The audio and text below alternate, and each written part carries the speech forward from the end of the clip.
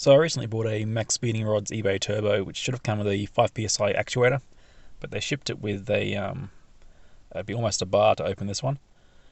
So I was going to see if we can add a spring on the shaft here to reduce the pressure.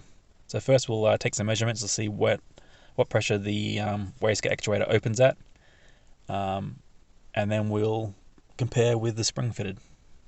And this is the method I'll use to check the pressure versus the shaft displacement. So for 1mm we are at 1.64 bar, and we'll repeat this up until I guess 10mm, which is pretty much your standard full opening length for your wastegate. Okay, I've cut and fitted a 35mm sleeve. I might make something to center this a bit better and keep this all aligned. Maybe a 3D printed sleeve to go in there, or maybe just a washer will do the trick.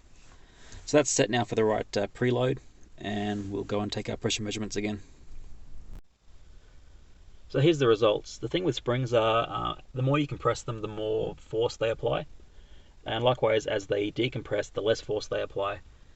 So the ratio between the two springs, internal and the external that we've fitted, isn't the same, and that shows here. Initially we're seeing half the pressure required to move the actuator arm, and as we increase the pressure in the actuator and decrease the spring tension of the external spring, it's less and less effective. But with this actuator fitted to this car, we are seeing about 0.75 to 0.8 bar of boost, and assuming that's around this ballpark here, we should effectively almost half of it, or at least 2/3 the boost.